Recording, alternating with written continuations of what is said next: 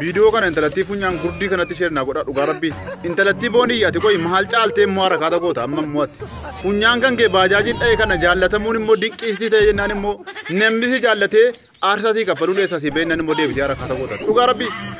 Maal jechuudha jaarsa jedhachuun dandeessu ati amma durba shawaa bakka buuta ammat ani durba shawaa ta'u jetti durbi shawaa namni jaan gad dhaabbatee hidhamaa beena malee nuti miidiyaatti ajandaa ta'an beenu nuti akkamitti jaarti kee miidiyaa irra si baasa boo akkamitti jaarti kee miidiyaa irratti ajandaa ta'a isaa 24 nurraa hidhu boo namicha nuti mbooyin yaa kita ka farofaalii gurraacha takka oduun na darbe oduu baay'een na darbe ajandaan na darbe maaliif biltanii na waamne maaliif biltanii na kaasne maaliif na waamne maanatti nimnish ani hin jiru media irra hin jiru gidduu kana jechuudha humaan dhageenya an kan hin jedhu booniyyeen deebite biyya arbaatti deebite galuushi garuu wajjumaan argine wajjumaan ilaallee viidiyoo hundumaa hordofaa turre biyya arbaatti deebite moo akkamitti dubbiin akkas ta'e biyya arbaatti deebite Laifi Mubarak Musammaa keessatti ustaaziinis dhageen ture achitti akka isheen biyya arabaatti deebite anu achiin mirkaneeffadhe an biyya jirtin se'e an biyyuma jirtin se'e wii nagaan sinifaa ta'u kabjamtoota akkam bultan nagaa keessanii jirtu ani nagaa kiyya galata waaqaa ta'u egaa waan gadi fidame kanarra tokko lama yoo jenne eeyyamamaa dhamtiire waan gadi fidame jechuudha waan gadi dhufe numa nyaatamaa waan dhagaamis immoo numa dubbatamaan odeeffamaa jechuudha an kan hin jedhu amma viidiyoo ijoollee baay'ee argeera ani immoo waan man jibbe keessaa waan tokko maal seetan yeroo dubartiin tokkoof dhiirri tokko kan jaalalleewwan haadha manaaf abbaa manaanii walitti bu'anii dubbiin isaanii miidiyaa irra gahu isuma san gandatti gashan jibba dhugaa waaqa akka waan namni sun ganda bakka bu'e gandi sun sila ganda gos maal akka isaanii bakka bu'an tokkotti jechuudha amma shawaa sunis shawaa jedha kunis shawaa jedha sunis shawaa inni kaan shawaan qaaliidha inni kaan shawaan of kadhachiiste jedha inni kaan shawaa bakka buuta inni kaan durbi shawaa akkas mite inni kaan sagaleen durba shawaa hin dhagaamu namni bakka bu'a malee ganda bakka bu'u ofiisaa mataasaa bakka bu'a namni kamuu jechuudha eenyuunu bakka bu'u ganda sanallee bakka bu'u jechuudha jalqabarratti dhugumadha na inni kan biraammoo jechuudha inni kan biraammoo yeroo kana keessa an akka haadha manaatti an akka xinnoo nama buleetti an akka gorsituutti an akka xiinxaltuu jaalalaatti baay'ee jaalalarra gara haadha manaaf abbaa manummaatti dhufama mitiira jalqabni jaalala namni waliin jaallatin bara kana keessa waliin jaallatin otoo waliin filatin gara haadha manaaf abbaa manummaatti hin dhufu dura wal jaallatee yeroo walitti tolu namni kun bakka sirriitti kollaabsee yeroo ta'u wajjiniin jiraachuu eegala mana tokkotti galee jechuudha kanaafuu akka yeroo kanaatti jechuudha akka bara kanaatti dhiirri gaariinuu hin argamu dhugaan siin jedha jechuudha dhiirri gaariin hin argamu keessattummoo jechuudha dhiirri amantaa kamittuu haa qabamu amantaa sana kan kabaju dubbii amantaa sana kan kabaju amantaa sanaaf kan jiraatu taana inni dhiira gaariidha dhugaa waaqaan siin jedha bakka dubartiin immoo jireenya keeshii keessatti kan ishee barbaachisu abbaa manaa gaariidha dhiira gaarii argannaan bakka jireenyi ishii baay'ee seevii ta'a shamarran keenya ilaalaa dhugaa dubbachuudhaaf shamarran keenya yeroo baay'ee kan yeroo isaanii gubee bara isaanii gubee maallaqa isaanii fixee akka isaan umurii dheeraa biyya namaa keessa taa'an isaan godhu dhiira gaarii dhabuu isaaniiti dhugaa waaqa kottaa dhageeffadhaan keessumaa sababa booniyyeetti jechuudha booniyyeen immoo namni kun duramaa kaasee akka baay'ee ishee jaallatu miidiyaa kanarratti argaa turre bakka waan inni amala inni agarsiisu dubbii isaati taatee inni taasisurraa dhugaatti akka inni baay'ee tokko ishee jaallatu barree jechuudha. Nama akkasii immoo dhiira akkasii jechuudha seeraan qabatu. Bara kana keessa dhiirri akkas namaa ta'u hin jiru. Dhiira maallaqa keessirraa nyaatu malee dhiira si kasaarsu dhiira si boossisu malee dhiirri si boo'u hin jiru. Kun immoo maalirraa keessatanii namni kun nama amantaa barsiisu dhalleeti haa barsiisu iyyuu malee immoo nama amantaa sana bulu amantaa sana sodaatu. At the same time dhiirri kamillee amantaa kam keessa jiraate amantaa sana sodaata taanaan dubbii amantaa sanaatti bula taanaan dubbii achi sanaaf hin abboomamu taanaan dubartiin miidhu namni sun dhugaa waaqa. Hin sodaata taanaan dubbii sana sagalee sana yoo kiristaana ta'e sagalee waaqayyoo sanaaf hin abboomamu taanaan hin sodaata taanaan itti bula taanaan dubartiin miidhu. Kanaaf dhiironni akkasii jechuudha. Dhiirri baay'een jira kan fakkeessee jiraatus kan fakkeessee jiraatu kan gowwomsaan jiraatu baay'ee waliin dhaan jira. Garuu dhiironni akkasii immoo amantaatti qabamanii amantaa sanaan bulanii amantaa sanaa fi sodaa sana qaban achi keessaa sagalee sanaan bulan dubbii sanaan bulanii jireenyaaf hin argaman dhugaa waaqa. Qoosaa akkasii dhiisisiin jechuuf.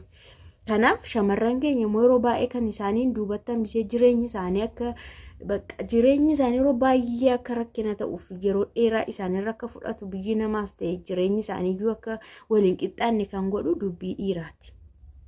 Dubbii dhiiraa qofa. Tokkoffaan dhiirri kun naateera se'anii faana jireenya jalqabu adeemsa jalqabu inni iddoo ta'e hingee waggaa meeqa adeemsisee ergisan xumurra jedhanitti jalaallaaf jedhe jireenya gana tokko jedhe isaan jalqabsiisa. Barri isaanii jalaa deemachuudha. Mooraaliin isaaniis jalaa dhuma. Kanaaf dhiira akkanaatti qoosuun gaarii miti dhuguma dubbachuudhaaf. Ani garuu an biyya jirtin se'e. Biyya keessa jirtin se'e dhugaa waaqa. Deebitee deemtettin se'e. Innaa baay'ee tokko nama aarsa. Dubbii miidiyaan qabe immoo bakka miidiyaan kee galeera taanaan miidiyaan harkaan tuttuqee irra taanaan hin barakatus. Bakka dubbiin isaanii immoo jalqabumayyuu miidiyaa kanarra ture. Bakka miidiyaa kana inni kaanii na bashaqaa. Inni kaanii gara gandaatti fudhatee hin gammada. Inni kaan durbi shawaa maaliidha jedha. Inni achi immoo maaliidha jedha. Inni kaan dubbittii sana ri'aaktii godha. Bakka dubbii miidiyaa ta'e. Ammas immoo xab jedhee dhufnaan dubbiin kun dubbii miidiyaa ta'e jechuudha. Waan akkasii dhoksamuu qaba. Dhuguma miidiyaa kana irraanfachiisu. Miidiyaan kun barakaa nama dhowwuti dhugaa waaqa. Namni baay'ee tokko wal jaallatu miidiyaarra oolee bulataanaan dhumni isaa hin milkaa'u. Nama baay'eetu akkas ta'ee bade bara.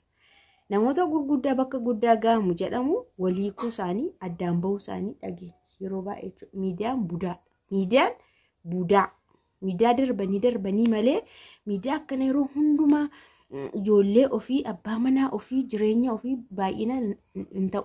Garuu darbanii irraanfachiisanii jechuudha. Dhiira akkasii qaaliidhaan jedha akka ana fayyoo jaalalaa xiinxaltuu jaalalaatti dhiironni akkasii baay'ee bareedoodha gaa'ilaa fi carraa akkanaa of jalaa gubuun gaarii miti. Namni baay'ee si jaallatu baay'ee si obsa baay'ee akka jaalalaatti namni baay'ee si jaallatu baay'ee si obsa. Garaa kutannaan garuu abadan isa hin deebine ta'e garaa kutata jechuudha. Baay'ee si obsa, baay'ee si eegaa, baay'ee si kadhataa, baay'ee si bo. Garuu garaa kutatee gaafatti akka barbaadde taatee dhumarratti baqaatti deebi'uudhaaf dhuftu dhugaan siin abadan kuta morma koo jedha. Laal mucaa kalee kenne sanarratti mirkaneeffachuu dandeessu. Mucaan kalee kenne suni haga dhumaa mucattii sana waan jaallateef intaloo sana bakka daangaa malee waan jaallateef of kenneef. Ofuma dabarsee kenne hamma kana keessa darbee jechuudha. Booda garuu isheen inkololashee taphachaa ooltee deemtee isa hubachuu dadhabdee osoo namni baay'ee mana keessa jira garuu yaadaan tokko ta'uu dhiisa. Mana tokko keessa jiraata garuu wal hubachuu dhiisa. Yaadaan gargari garuu wal faana jira namni baay'een jechuudha.